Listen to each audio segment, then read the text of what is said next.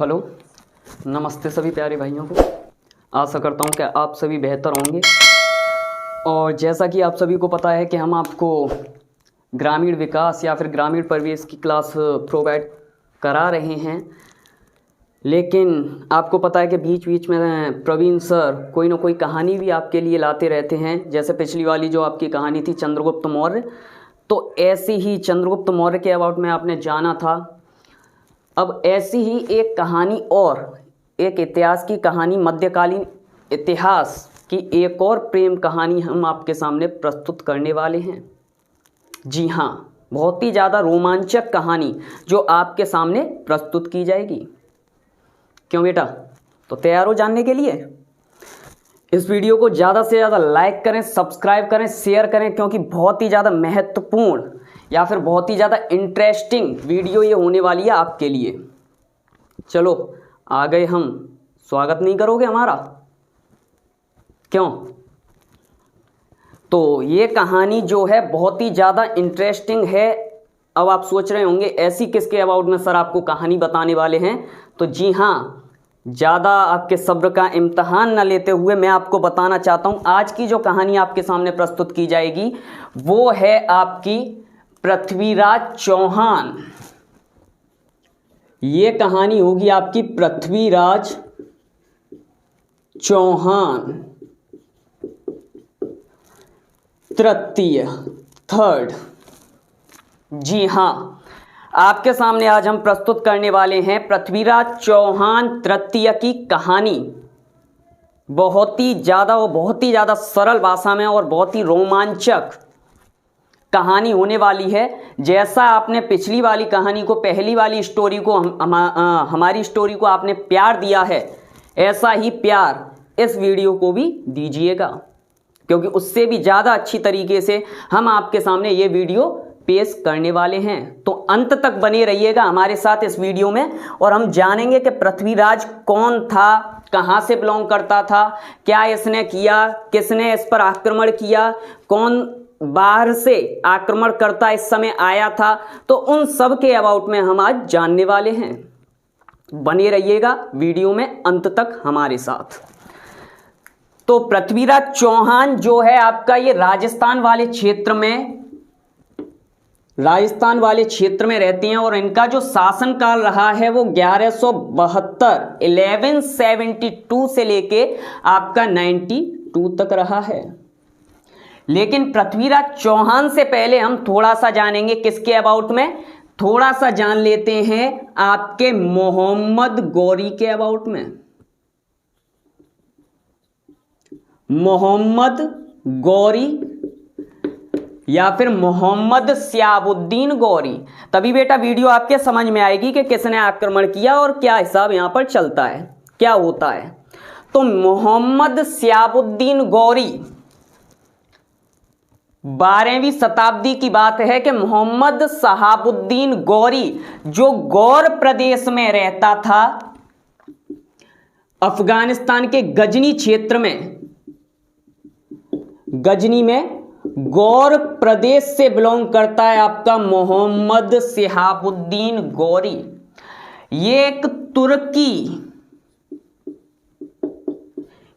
तुर्की व्यक्ति है। इससे पहले एक और व्यक्ति आया था जिसने भारत पर बार बार आक्रमण किया, या फिर बताया जाता है कि जिसने भारत पर लगभग 17 बार आक्रमण किया। तो उसका आंसर, किसने 17 बार आक्रमण किया और उसने अंतिम और पहला आक्रमण किस पर किया, ये आंसर हमें आप कमेंट बॉक्स में बताइएगा।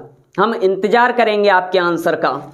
तो अब इसके अबाउट में जानते हैं कि जैसे ही उस आक्रमणकारी की मृत्यु होती है, जो पहला तुर्की आक्रमणकारी रहा मोहम्मद गौरी से पहला, महमूद गजनवी, चलो आपको बता देते हैं, महमूद गजनवी की मृत्यु होने के बाद मोहम्मद गौरी तुर्की में राजगद्दी पर, या फिर बोल सकते हो गजनी में राजगद्दी पर बैठता है। और उसके बाद ये भी अपने साम्राज्य का विस्तार करना चाहेगा। भाई विस्तारवादी नीति तो सभी राजाओं का तरीका होता है अपने क्षेत्र को या फिर अपने शासन को खुशहाल रखने का। तो इसने भी अपनी विस्तारवादी नीति अपनाई और इसने भारत पर आक्रमण भी किया। लेकिन उससे पहले बताया जाता है कि इसको किसी ने आमंत्रित किया था भारत पर आक्रमण करने के लिए। तो वीडियो में अंत तक बने रहना, देखेंगे किसने इसे आमंत्रित किया भारत पर आक्रमण करने के लिए। तो मोहम्मद गौरी आपका 1173 में गद्दी पर बैठता है और 1206 में इसकी मृत्यु हो जाती है। और भारत में इसने कई क्षेत्रों को विजिट करते हुए यह व्यक्ति आगे बढ़ा था। तो ये तो रही आपकी मोहम्मद गौरी की बात कि ये गजनी में शासक बना है, तुर्की साम्राज्य से बिलोंग करता है, संसबनी वंश से बिलोंग करता है। ये किस वंश से? संसबनी। ये पूछा जाता है बेटा, ये संसबनी वंश से बिलोंग करता है। तो 1173 से 1206 तक ये शासक रहा तुर्की साम्राज्य का या फिर अपने गजनी साम्राज्य का। अब बात को आगे ना बढ़ाते हुए अब आते हैं हम किसके पास? पृथ्वीराज चौहान के पास। अब देखते हैं पृथ्वीराज चौहान। पृथ्वीराज चौहान ये चौहान वंश या चहमान वंश से बिलोंग करते हैं। इनके पिता का नाम है सोमेश्वर चौहान और इनकी माता का नाम है कर्पूरी देवी। ये सिर्फ हम माता और पिता के अबाउट में जानेंगे। इनके पिता का नाम है सोमेश्वर चौहान और माता का नाम कर्पूरी देवी। शासन करते हैं दिल्ली से अजमेर तक के क्षेत्र में या फिर राजस्थान वाले इलाके में, जिसे आप राजपूताना भी बोलते हो। तो पृथ्वीराज चौहान ये शासन करेंगे आपके राजस्थान वाले क्षेत्र में। अब थोड़ी सी वहां की स्थिति जानते हैं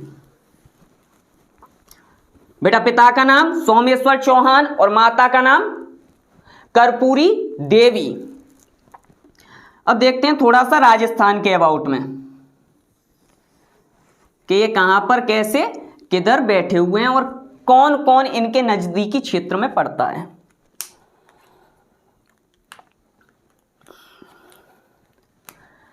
ये क्षेत्र है आपका राजपूताना या फिर ये जो जिस जगह पर जिस क्षेत्र में शासन करते हैं वो है आपका रणथंभौर और यहां का शासक है पृथ्वीराज चौहान तृतीय। इन्होंने अपने क्षेत्र का विस्तार करके यहां पर अजमेर से होते हुए दिल्ली तक अपना शासन फैला लिया था। यह तो राजस्थान वाली बात है, यह तो राजस्थान के क्षेत्र में है आपके पृथ्वीराज चौहान। इधर थोड़ा सा आगे चल के इस क्षेत्र पर आपका पड़ेगा यूपी वाली सीमा पर अगर आएंगे तो कन्नौज एक क्षेत्र है आपका कन्नौज और कन्नौज में शासन करता है इस समय। हाँ बेटा कौन? कन्नौज में जो इस समय शासन करता है वो कौन है? क्यों बेटा चेहरे की तरफ देखे जा रहे हो? क्यों? कन्नौज में जो शासन करता है वो है आपका जयचंद गहड़वाल। जयचंद गहड़वाल ये कन्नौज का शासक है। थोड़ा सा और ऊपर चलेंगे तो यहां पर आपका पड़ता है महोबा बुंदेलखंड वाले क्षेत्र में। बुंदेलखंड और यहां पर इस क्षेत्र में महोबा वाले क्षेत्र में आपका शासन करता है जिसका नाम है परमर्दी देव चंदेल। परमर्दी देव चंदेल। और इधर थोड़ा सा राजस्थान से अगर नीचे आएंगे तो गुजरात वाले क्षेत्र में आपका शासन करता है मूलराज द्वितीय या फिर ऐसे बोलते हैं भीम सेकंड। यह है गुजरात वाला क्षेत्र या पाटन अनहिलवाड़ और बोल देते हैं। वंश कौन सा है? इनका वंश है चालुक्य, चालुक्य वंश। चालुक्य वंश से बिलोंग करते हैं कौन? मूलराज द्वितीय या भीम द्वितीय। तो बेटा ये इनके अबाउट में चारों तरफ बाउंड्री में, ये चारों तरफ बाउंड्री हैं। और इधर थोड़ा सा अगर बात करें तो यहां पर एक जनजाति पाई जाती है जिसे बोलते हैं भंडारक जनजाति। यह सतलज नदी के ओर पास पाई जाने वाली जनजाति थी। ठीक है, तो यह स्थिति है पृथ्वीराज चौहान के सीमा या फिर इनकी जो बाउंड्री है उसके चारों ओर के इलाके, ये स्थिति है पृथ्वीराज चौहान की। तो सबसे पहले स्टार्टिंग करेंगे, आपको पता है 1172 से लेके 1192 तक इन्होंने शासन किया। 1192 तक इनके द्वारा शासन किया गया। पृथ्वीराज चौहान जो 1172 में गद्दी पर बैठे और 1192 में इनकी मृत्यु हो गई। यहां पर एक जनजाति है जिसका नाम है भंडारक। पहले यहीं से खात्मा करते हुए चलते हैं। तो पृथ्वीराज चौहान अपने क्षेत्र में शासन करते हैं। यहां पर एक जनजाति है भंडारक जनजाति। भंडारक जनजाति सतलज वाले क्षेत्र में रहती थी, लेकिन इसका एक काम था, ये जनजाति के जो व्यक्ति थे, ये व्यक्ति अपने क्षेत्र को आगे बढ़ाते हुए चले आते थे। जैसे गांव में बोलते हैं ना, अपने खेत को बढ़ा लिया। तो ये जो व्यक्ति थे, इनका जो क्षेत्र होता था या फिर खेत होता था, उसकी सीमा को ये आगे बढ़ाते हुए चले आते थे। जैसा ऐसे मान के चलो कि ये आपके सतलज से निकले, सतलज से आगे यूपी, मथुरा, मथुरा से होते हुए राजस्थान तक चले आ रहे हैं, ये बाउंड्री तक आ चुके हैं। ठीक है, जैसे आपका पड़ोसी आपके खेत में अपनी जो मेड़ होती है, सीमा होती है, उसे अंदर की ओर धकेलता हुआ चला आता है, ऐसे ये भंडारक जनजाति क्या करती थी, अपनी सीमा को आगे बढ़ाती हुई चली आ रही है। ठीक है ना, तो ये भी क्या कर रहे हैं, अपनी सीमा को बढ़ाते हुए चले आ रहे हैं और ये राजस्थान की बाउंड्री तक आ गए। अब ये बात पता चली किसे? पृथ्वीराज चौहान तृतीय को, कि ये जो भंडारक जाति के सदस्य हैं हमारी सीमा तक आकर टक्कर मार रहे हैं।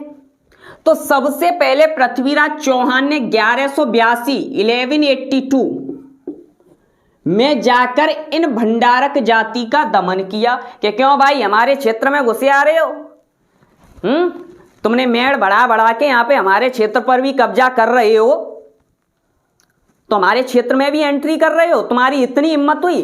तो पृथ्वीराज चौहान ने इस जाति का दमन कर दिया। अगला नंबर लिया इसने बुंदेलखंड में बैठा हुआ परमर्दी देव चंदेल। उससे पहले थोड़ा सा जानेंगे इसके अबाउट में।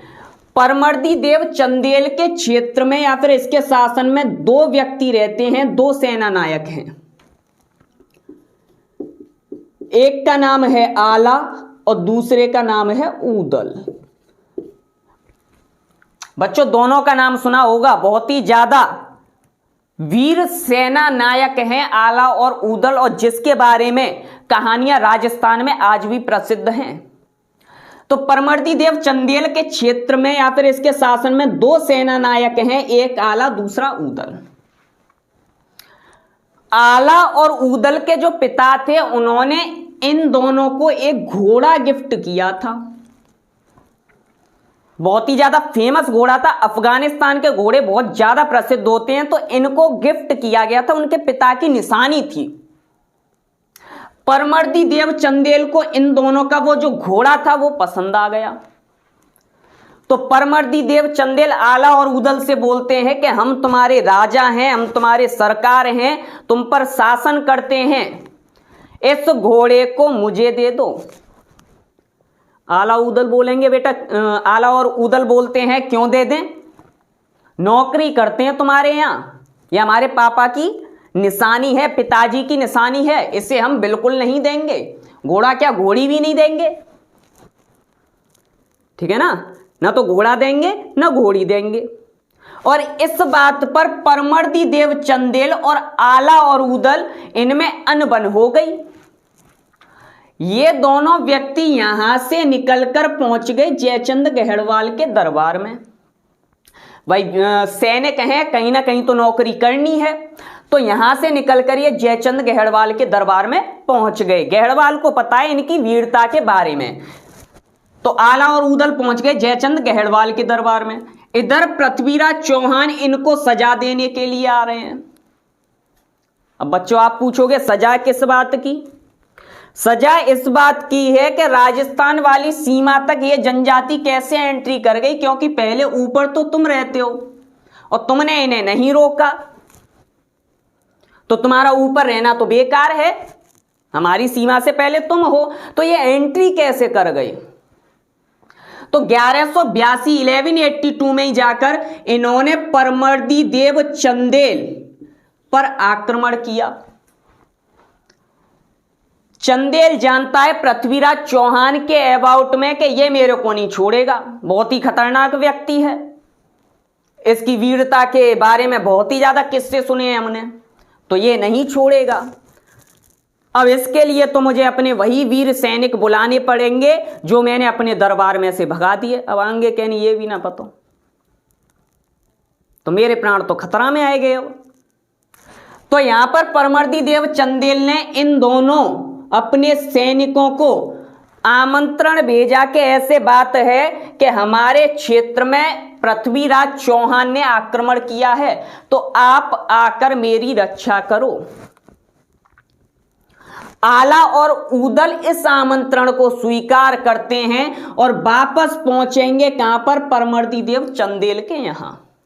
और 1182 में आला और ऊदल और इधर पृथ्वीराज चौहान, इनमें युद्ध होता है और उस युद्ध का नाम है तुमुल का युद्ध। कब हुआ? 1182। किस किस के मध्य? पृथ्वीराज चौहान वर्सेस परमर्दी देव चंदेल या फिर आला ऊदल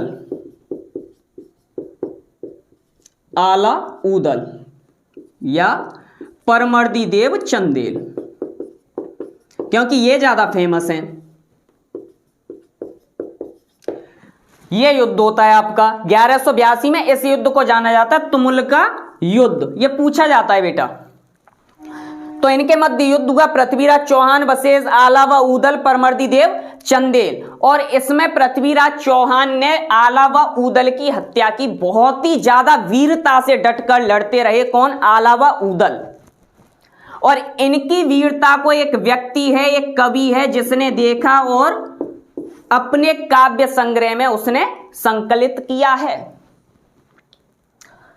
तो आला और ऊदल के बारे में जगनिक ने कुछ इस प्रकार से लिखा है कि 12 वर्ष कुक्कर जीवे, 12 वर्ष कुक्कर जीवे, 13 वर्ष स्यार, वर्ष 18 क्षत्रिय जीवे, बाकी जीवन धिक्कार। तो ये जगनिक ने बताया आला और ऊदल के अबाउट में कि 12 वर्ष तो कुत्ता जीता है और 13 वर्ष स्यार, और वर्ष 18 क्षत्रिय जीता है, और बाकी का जीवन जो होता है वो धिक्कार का होता है, बेकार होता है। तो ये सब जो बताया गया आला ऊदल के अबाउट में आपके जगनिक ने बताया। तो यहां पर आपका परमर्दी देव चंदेल ये खत्म, ये समाप्त हुआ। इधर भंडारक जाति का विनाश हुआ। अब रह गए आपके जयचंद गहड़वाल और इधर भीम द्वितीय, 2 व्यक्ति रह गए। अब कहानी आपकी यहां से स्टार्ट होती है बेटा, अंत तक बने रहना यहां पर। अब कहानी आपकी बहुत ही ज्यादा इंटरेस्टिंग होने वाली है।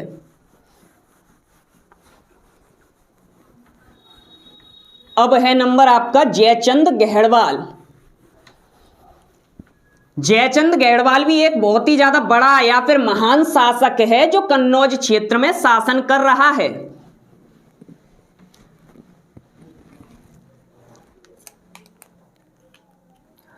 तो कन्नौज वाले क्षेत्र में है आपका जयचंद गहड़वाल।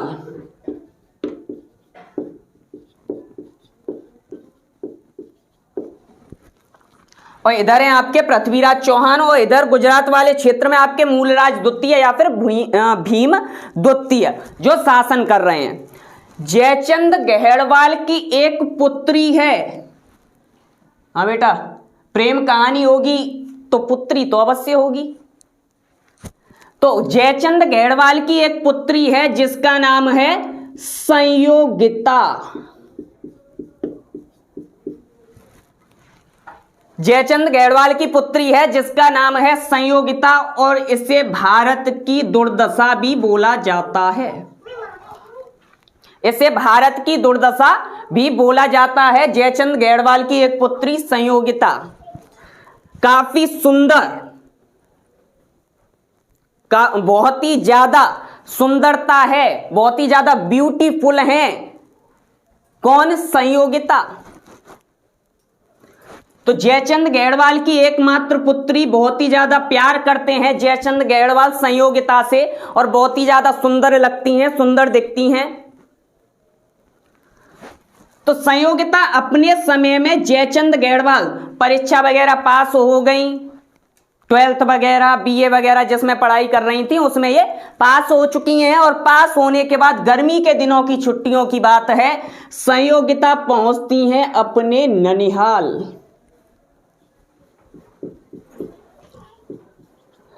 और इनका जो ननिहाल था वो था दिल्ली में। इनका जो ननिहाल है वो है दिल्ली में, और दिल्ली में इस समय जो व्यक्ति बैठा है वो है शायद आनंद पाल तोमर द्वितीय।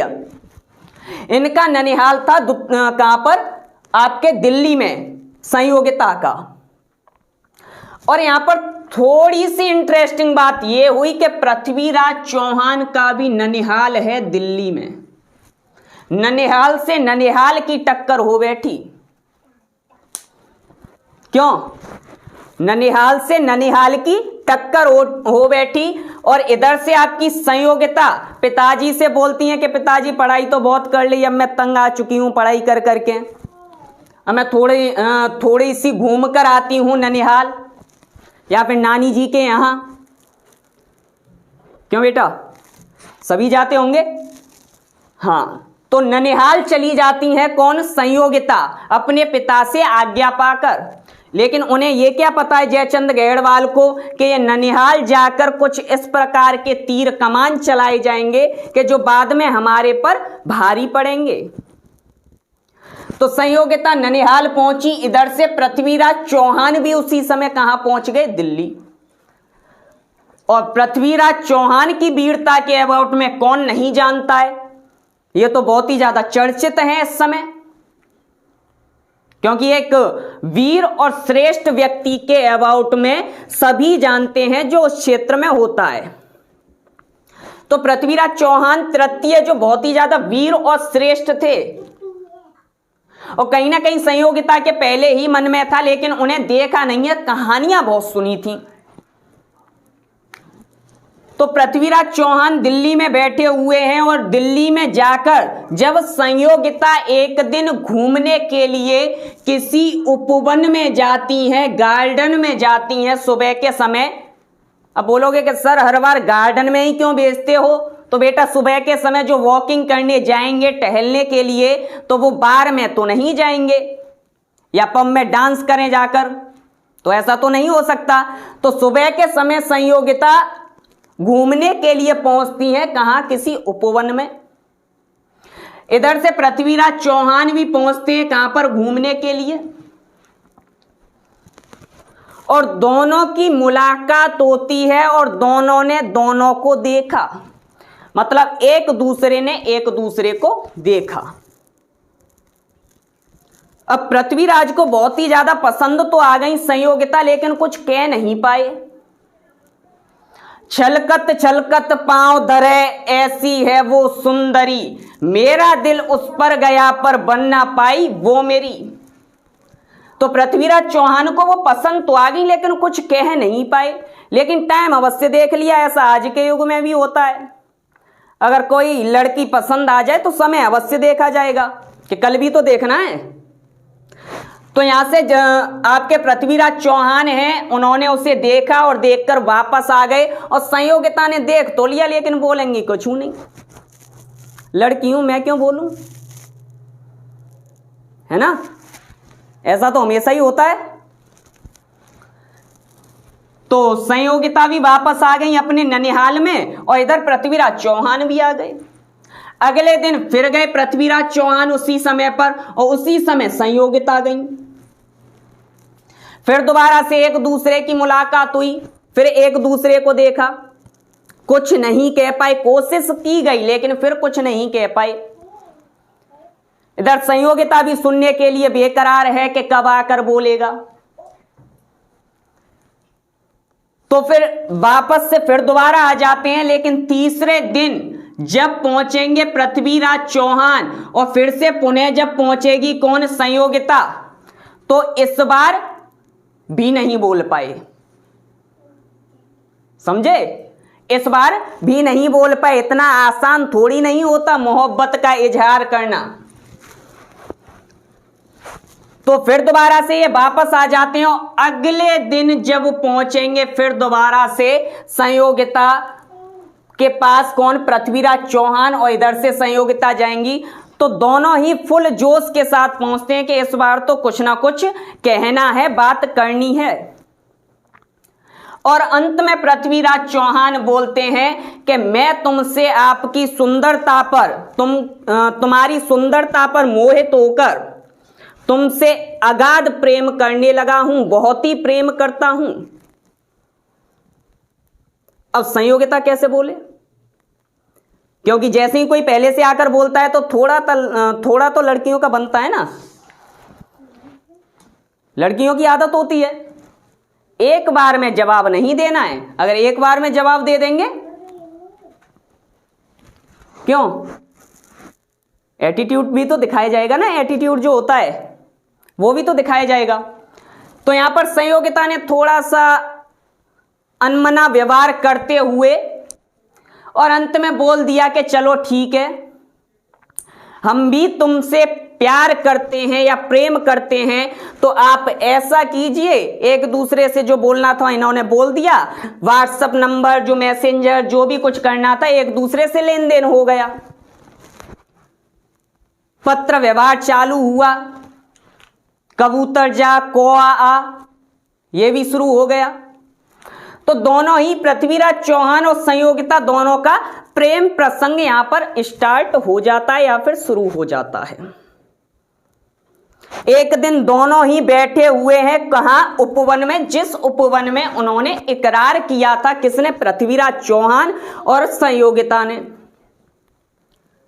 और पृथ्वीराज चौहान बोलते हैं किससे, संयोगिता से। भाई सुंदर लग रही है ना, सुबह का माहौल है तो कुछ ना कुछ तो बोलना बनता है।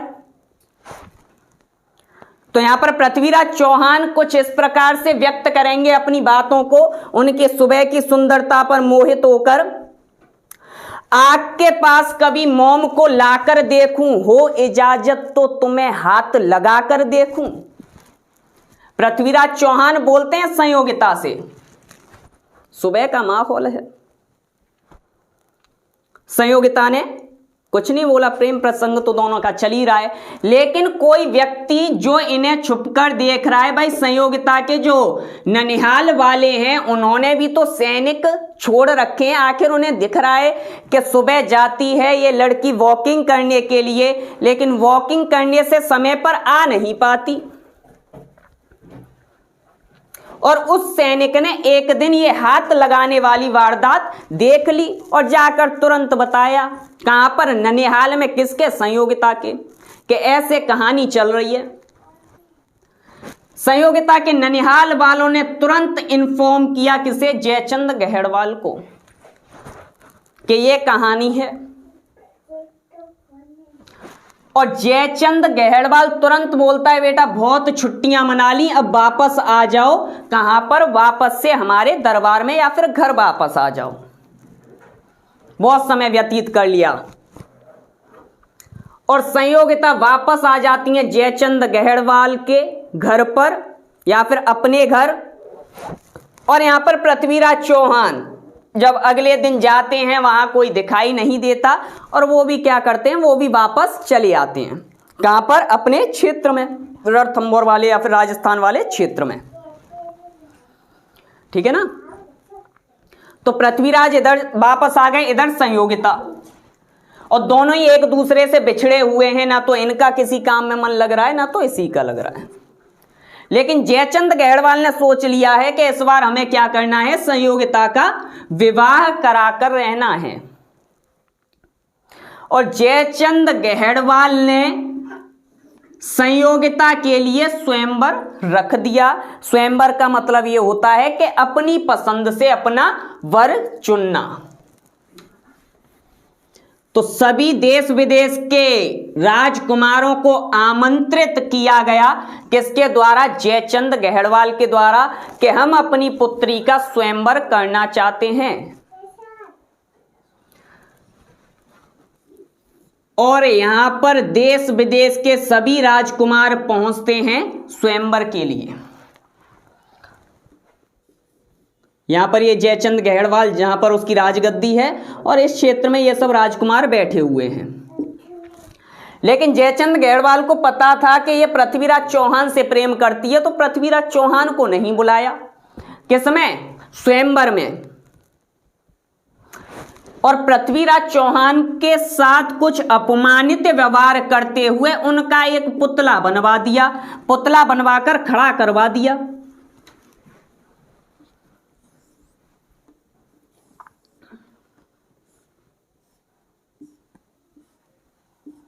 यह पृथ्वीराज चौहान।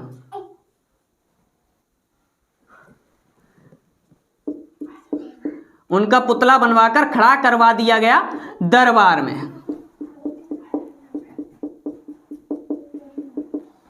इतना अपमानित कर दिया गया। अब जयचंद गहड़वाल की पुत्री को बुलाया गया और संयोगिता ने देखा कि पिताजी ने हम जिससे प्रेम करते हैं उसको तो बुलाया ही नहीं, बल्कि उसे अपमानित और कर दिया, उसे अपमानित और कर दिया। अब संयोगिता ने इधर उधर देखा, क्योंकि उसके पिता ने बोला कि जो तुझे पसंद आए तो उसे जाकर उसके गले में अपनी वरमाला डाल दे। अब संयोगिता यहां से भागती हुई आएंगी। सुन साहिबा सुन, प्यार की धुन, मैंने तुझे चुन लिया, तू भी मुझे चुन। मतलब यहां पर संयोगिता ने दौड़कर इसी पुतले के गले में क्या डाल दी? अपनी वरमाला डाल दी। पृथ्वीराज चौहान पहले से ही ये पीछे खड़े हुए देख रहे थे, क्योंकि उन्हें बता दिया गया था कि उनका स्वयंवर हो रहा है। यह सूचना तो प्रेमियों को बहुत जल्दी पता चल जाती है, और पृथ्वीराज चौहान यहां पर क्या है? ये भी एक प्रेमी है, तो ये पीछे खड़े हुए हैं। और इन्होंने जब ये दृश्य देखा तो ये सीधे दरबार में पहुंचते हैं। लेकिन संयोगिता अपने पिता से बोलेगी, जब प्यार किया तो डरना क्या, प्यार किया कोई चोरी नहीं की, छुप छुप के आहें भरना क्या। और ये बात सुनकर पृथ्वीराज चौहान सीधे पहुंचेंगे किसके पास? संयोगिता के पास। और संयोगिता को उठाकर, जो ये जिस घोड़े पर बैठकर आए थे, संयोगिता को उठाकर अपने घोड़े पर बिठाकर और सीधे भागते हुए पहुंचेंगे कहां पर? मैं तुझको भगा लाया तेरे घर से, तेरे बाप के डर से, तेरे बाप के डर से। तो कहां पर पहुंच गए? अपने दरबार में पृथ्वीराज चौहान। पृथ्वीराज चौहान का एक कवि है इनके दरबार में, जिसका नाम है चंदर बरदाई। ये कवि है जो पृथ्वीराज चौहान के दरबार में रहता है, तो इसकी चर्चा हम बाद में करेंगे। तो इधर से ये संयोगिता को उठाकर ले आया पृथ्वीराज चौहान। अब इधर से मोहम्मद गौरी की स्थिति, जो मैंने पहले बताया था, मोहम्मद गौरी आपका गजनी वाले क्षेत्र में है, लेकिन उसके अबाउट में जयचंद गहड़वाल को पता है कि मोहम्मद गौरी उस क्षेत्र में है और कैसा व्यक्ति है। तो जयचंद गहड़वाल ने आमंत्रण दिया किसे? मोहम्मद गौरी को कि मेरे साथ कुछ ऐसा किया है तो आप आकर इस क्षेत्र में आक्रमण कीजिए। मोहम्मद गौरी अब यहां से आना स्टार्ट करेगा कहां के लिए, आपके ये पृथ्वीराज चौहान के क्षेत्र पर कब्जा करने के लिए या फिर उस पर आक्रमण करने के लिए भारत में एंट्री करेगा। लेकिन उससे पहले कई क्षेत्रों को जीतता हुआ आता है कौन, मोहम्मद गौरी, लेकिन उसे हम बाद में देखेंगे, पहले हम इसी स्टोरी को कंप्लीट करते हैं। तो यहां से मोहम्मद गौरी चलता हुआ आता है और आकर जयचंद गढ़वाल के आमंत्रण को स्वीकार करता है। बेटा जला फूका बैठा है जयचंद गढ़वाल, उसकी बेटी को उठा के ले गया पृथ्वीराज चौहान, आग लगी हुई है उसके, ऐसा जोश होना चाहिए। वो व्यक्ति इसको उठाकर ले गया, इसकी पुत्री को, इसके ही घर से, और लड़की भी बोल रही है मुगले आजम बनती हुई कि जब प्यार किया तो डरना क्या, प्यार किया कोई चोरी नहीं की, छुप छुप के आहें भरना क्या। तो यहां पर संयोगिता और इनका दोनों का विवाह हो जाता है और दोनों साथ में रहते हैं। लेकिन ये पसंद नहीं है किसे, जयचंद गढ़वाल को, तो आमंत्रित कर लिया है किसे, मोहम्मद गौरी को। मोहम्मद गौरी ने एंट्री कर दी कहां पर, भारत में। इधर पृथ्वीराज चौहान का अजमेर से दिल्ली तक के क्षेत्र में इसका दबदबा है क्योंकि ये शासक है इस क्षेत्र का। मोहम्मद गौरी आ गया और आने के बाद जो आपका तराइन वाला क्षेत्र है वहां पर पृथ्वीराज चौहान का सेनापति है जो उस क्षेत्र में निवास करता है, जिसका नाम था गोविंद राय। तराइन वाले क्षेत्र में तो वहां पर निवास करता है, या फिर बोल सकते हो बठिंडा वाले क्षेत्र में यह सूबेदार है या फिर राज्यपाल है। कौन, गोविंद राय। इधर पृथ्वीराज चौहान यहीं पर है क्योंकि इनका तो विवाह हुआ है। भाई नया नया विवाह है, इतनी जल्दी कैसे, बाकी सब तो समझ गए होंगे। चलो, तो गोविंद राय यहां पर है और इधर से आपका कौन आया, मोहम्मद गौरी। मोहम्मद गौरी को नहीं पता क्योंकि यहां पर पृथ्वीराज चौहान की शक्ति कैसी है, किस प्रकार का माहौल है, क्या युद्ध नीति है। मोहम्मद गौरी जैसे ही आता है यहां पर गोविंद राय और मोहम्मद गौरी के मध्य युद्ध होता है, एक दूसरे में झड़प होगी, वो उसके मुक्का मारेगा और वो उसके मुक्का मारेगा, उसके 2 दांत उखड़ गए, इसके 3 दांत उखड़ गए और दोनों ही सुखड़ा उखड़ी में लास्ट में मोहम्मद गौरी देखता है कि ये तो मेरे ऊपर भारी पड़ रहा है, तो वो इस क्षेत्र से लौटकर चला जाएगा। पूरी कहानी गोविंद राय ने आकर किसे बताई, पृथ्वीराज चौहान को, कि ऐसे ऐसे हुआ है। ये बात चंद्रवरदाई ने सुनी तो उसे समझाया कि आप इन गौरी को छोड़िए, उस गौरी पर थोड़ा ध्यान दीजिए। लेकिन जब चंद्रवरदाई बताने के लिए आता है तो जब इसे बताएगा समझाएगा तो पृथ्वीराज चौहान बोलता है क्या, वो तो मेरे एक बाल के बराबर है, उसे तो मैं ऐसे उखाड़ कर फेंक दूंगा, वो क्या जानता है मैं इतना वीर हूं यहां पर। तो पृथ्वीराज चौहान इस प्रकार से चंद्रवरदाई की बात को नकार देते हैं। लेकिन यहां पर मोहम्मद गौरी बोल कर जाता है कि मैं 1 वर्ष तक ट्रेनिंग करके आऊंगा, फिर आकर युद्ध करूंगा, और मैं कमांडो की ट्रेनिंग लूंगा, तब जाकर युद्ध करूंगा तेरे से, इंतजार कर 1 वर्ष तक। ये युद्ध जो हुआ ये 1191 कहां पर हुआ, तराइन में, और ये तराइन का फर्स्ट युद्ध है, तराइन का प्रथम युद्ध 1191। 1 वर्ष तक मेहनत की किसने, जैसे यूपीएससी की मेहनत, आप अपनी परीक्षा की मेहनत कर रहे हो, ऐसे ही मेहनत की किसने, आपके मोहम्मद गौरी ने। और 1 वर्ष के बाद फिक्स 1 वर्ष के बाद उसी जगह, उसी क्षेत्र में, उसी समय, उसी मैदान पर फिर से जा पहुंचता है कौन, मोहम्मद गौरी। इधर पृथ्वीराज चौहान ने इससे भी दुश्मनी बना ली। इसके क्षेत्र में एक लड़की है जिसका नाम है इस्किनी, दिखाई दे रहा है ना, क्यों, मूलराज द्वितीय या भीम द्वितीय के क्षेत्र में एक लड़की है इस्किनी, नाम में ही वजन दिखाई दे रहा है, इश्क मोहब्बत वाला, क्यों। तो इसके क्षेत्र में एक लड़की है जिसका नाम है इस्किनी, जिससे प्रेम करते हैं कौन, भीम द्वितीय, लेकिन कह नहीं पाते। ओके, लेकिन कह नहीं पाएंगे। स्किनी प्रेम करती है पृथ्वीराज चौहान से, इसके बारे में कहानियां सुन के, और पृथ्वीराज चौहान प्रेम करते थे संयोगिता से। यह अजब का त्रिकोण बना हुआ है। लेकिन चौहान भी बोलते हैं, जब चौहान को पता चला कि इस क्षेत्र में एक लड़की है स्किनी जो हमसे बेहद प्रेम करती है, तो पृथ्वीराज चौहान बोलेंगे हमारा दिल भी बहुत बड़ा है, बहुत विशाल है, हम इससे भी विवाह करेंगे। और अंत में पृथ्वीराज चौहान इसके क्षेत्र में जाकर स्किनी को भी उठाकर ले आते हैं। तो यहां पर मूलराज द्वितीय भीम द्वितीय से भी क्या हो गया, यहां से दुश्मनी हो गई। तो ना तो जयचंद गैरवाल इसने तो बुलाया मोहम्मद गौरी को, न तो इसमें मूलराज द्वितीय साथ देगा, न यहां पर चंदेल वंश वाले साथ देंगे। तो यहां पर सभी जगह पृथ्वीराज चौहान ने दुश्मनी बना ली है, तो कोई साथ नहीं देने वाला। 1192 में फिर दोबारा आ गया उसी जगह पर कौन, आपका मोहम्मद गौरी। और मोहम्मद गौरी बोलेंगे लो में आ गया। गुलाब, ख्वाब, दवा, जहर और जाम क्या क्या है, मैं आ गया हूं बता इंतजाम क्या क्या है। ठीक है ना, मोहम्मद गौरी आ गए और इस प्रकार से बोलेंगे बता इंतजाम क्या क्या है मेरे लिए।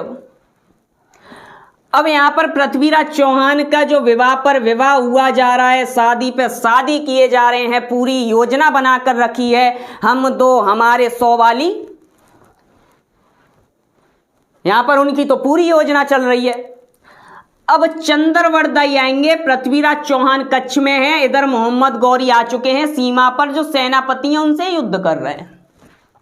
सबसे पहले तो ऐसे ही देखा जाएगा, तो इनका तो युद्ध चलने दो साइड में। इधर देखो पृथ्वीराज चौहान अपने कच्छ में है, संयोगिता और पृथ्वीराज चौहान दोनों ही कच्छ में है अपने। और यहां पर चंद्रवरदाई जाएंगे और चंद्रवरदाई जाकर उस कच्छ के दरवाजे को नॉक करेंगे। भाई नॉक करना तो बनता है ना, क्यों, इतना तो अनुशासन होना चाहिए। चंद्रवरदाई नॉक करते हैं तो पृथ्वीराज चौहान बोलेंगे किसने दस्तक दी दिल पर, किसने दस्तक दी दिल पर, कौन है, आप तो अंदर हैं बाहर कौन है। और बाहर कौन है, चंद्रवरदाई। तो जरा हम देख कर आते हैं, बताइए तो बाहर कौन है। तो यहां से पृथ्वीराज चौहान आएंगे चंद्रवरदाई से मिलने के लिए कि बताइए क्या बात है। चंद्रवरदाई बोलेंगे कि अब इस गौरी को छोड़ो, वो गौरी वापस आ गया कमांडो की ट्रेनिंग करके, कहीं आपका हलवा ना बना दे। और पृथ्वीराज चौहान की तो वही घमंड वाली बात कि मेरे वो एक बाल के बराबर नहीं है। कि ठीक है तो चलो देखते हैं। अब यहां पर चंद्रवरदाई सोचता तो है कि ये इन गौरी में लगे हुए, ये जो गौरी हैं इनकी संयोगिता स्किनी, इनमें लगे हुए कहीं ये अपने शासन को ना खो दें। और देखो वो कैसे सजवे में लगी भैया, ब्यूटी पार्लर चल लो इनको तो, क्यों, लड़कियों पर और क्या है, ब्यूटी पार्लर ही रहता है करवाने के लिए। एक नहीं 100 चेहरे लेकर घूमती हैं, चली जाती हैं वो ब्यूटी पार्लर में यूं, चली जाती हैं ब्यूटी पार्लर में वो यूं, उनका मकसद है मिसाले हूर हो जाना। अब कौन समझाए इन पागल लड़कियों को, मुमकिन नहीं किसमिस का अंगूर हो जाना। क्यों, सही बोला ना।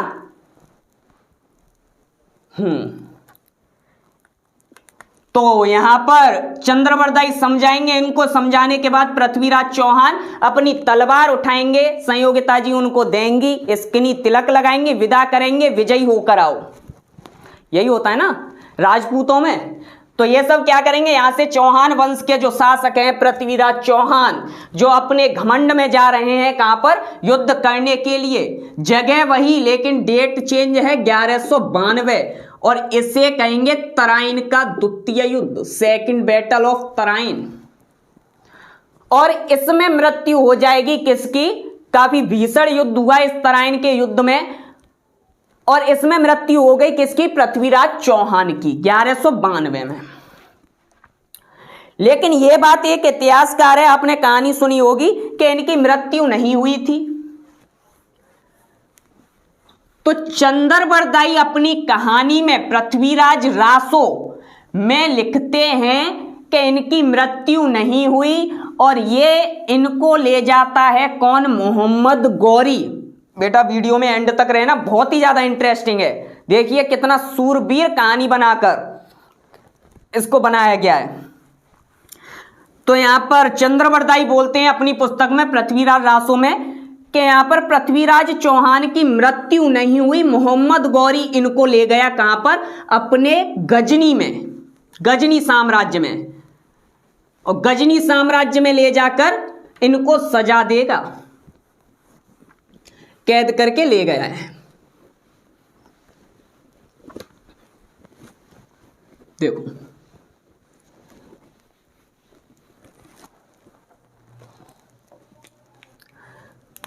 तो इधर पृथ्वीराज चौहान कैद है कहां पर,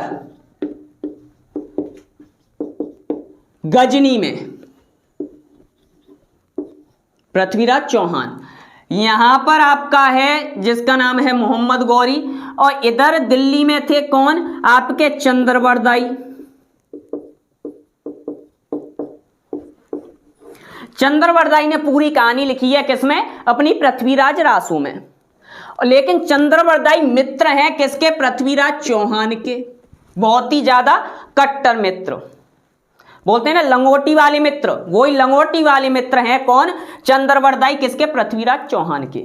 इनके बारे में कहा जाता है एक थाल खाते थे वो, एक थाल पीते थे। ठीक है ना। तो यहां पर जैसे ही पता चलेगी कि पृथ्वीराज चौहान को कैद करके ले जाया गया है कहां पर, गजनी, तो ये भी दौड़ते हुए 7 समंदर पार में तेरे पीछे पीछे आ गया। तो ये भी पहुंच गए पृथ्वीराज चौहान के पास गजनी में, दरबार में। लेकिन पृथ्वीराज चौहान और यहां पर जो गजनी वंश का शासक है मोहम्मद गौरी, उनमें झड़प चल रही है एक दूसरे में। झड़प इस बात की, मोहम्मद गौरी बोल रहा है उससे कि आंखें नीचे कर, चौहान बोलेगा मैं तो चौहान हूं, मैं आंखें नीचे नहीं करूंगा। कि नहीं करेगा तो फिर हम तेरी आंखें निकाल देंगे, कि निकाल दो। तो पृथ्वीराज चौहान की आंखों में गर्म सलाखें डाल दी गईं और उसकी आंखों को बेकार कर दिया गया। चंद्रवरदाई यहां पर पहुंचे पृथ्वीराज चौहान के पास और यह दृश्य देखते हैं और उनकी आंखों में से आंसू निकल आते हैं। और यहां पर पृथ्वीराज चौहान जब चंद्रवरदाई को महसूस करते हैं कि मेरा मित्र आ गया, तो उससे बोलेंगे अभी गनीमत है सब्र मेरा, अभी गनीमत है सब्र मेरा, अभी लबालब भरा नहीं हूं। वो मुझको मुर्दा समझ रहा है, उसे कहो मैं मरा नहीं हूं। तो चंद्रवरदाई बोलेंगे कि अभी तो हमारे महाराज में एक योग्यता या फिर एक काबिलियत है।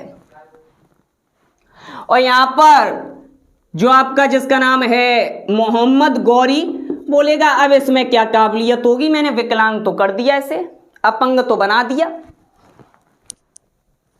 और यहां पर चंद्रवरदाई बोलेंगे कि हमारे जो महाराज हैं अभी भी बिना देखे शब्द वेदी बाण चला सकते हैं। हाँ बेटा सुना होगा शब्द वेदी बाण के अबाउट में।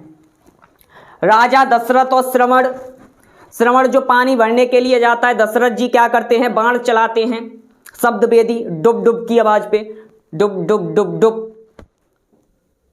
जब पानी में घड़े को डालते हैं ना आवाज निकलती है डुब डुब डुब, उसी आवाज पर। तो यहां पर चंद्रवरदाई, पृथ्वीराज चौहान, और ये जैसी बात बोली जाएगी गौरी को बताई जाएगी कि ये शब्द वेदी बाण चला सकते हैं। तो गौरी बोलेंगे चलो जौए देख लेता है, बताओ अपनी मौत को खुद आमंत्रण दे रहा है।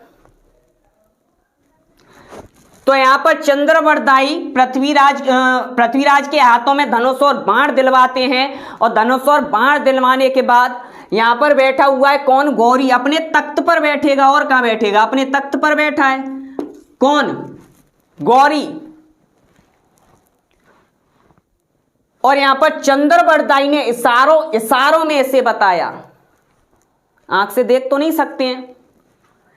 तो यहां पर इसे बताया गया चंद्रवरदाई के द्वारा 12 बांस 24 गज अष्टंगुल प्रमाण बापे बैठो सुकुमार सुन पृथ्वीराज चौहान।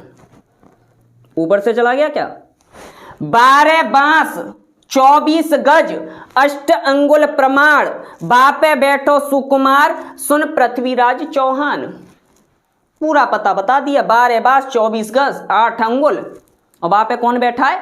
बापे सुकुमार, जिसका नाम क्या है? मोहम्मद गौरी। और इतनी ही ऊंचाई पर इन्होंने अपने तीर की कमान को संभाला और सीधे तीर चला दिया किसके ऊपर? मोहम्मद गौरी के ऊपर। और मोहम्मद गौरी टपक गए, मतलब कि उनकी मृत्यु हो गई, स्वर्ग सिधार गए वो। और स्वर्ग या नरक वो तो उनके कर्म फैसले करेंगे, क्यों? जैसी करनी वैसी वरनी। लेकिन ये सब कहानी किसने बताई है? चंद्रवरदाई ने। चंद्रवरदाई ने ये पूरी की पूरी कहानी बताई है। किसमें? पृथ्वीराज रासो में। पृथ्वीराज रासो को पूरा किसने किया? हाँ बेटा, इस आंसर को देखना, इस आंसर को बताना। जब चंद्रवरदाई यहां पर गजनी में पहुंच गए तो ये पूरी जो कहानी है, अंत में इन्होंने एक दूसरे की हत्या कर ली थी, आत्महत्या कर ली थी, क्योंकि वहां पर सैनिक नहीं छोड़ते इन्हें, तो इन्होंने एक दूसरे को मार लिया।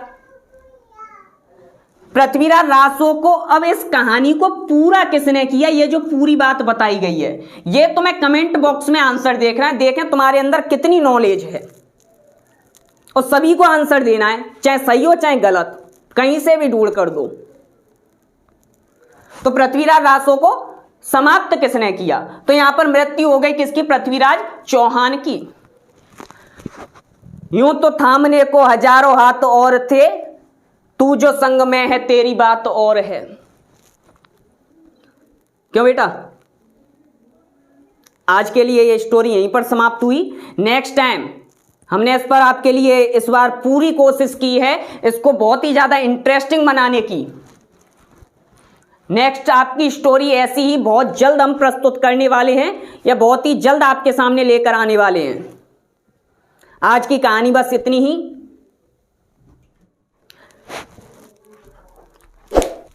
महफिल भी उसकी थी, मामला भी उसका था, मैं ही एक अकेला था, काफिला भी उसका था।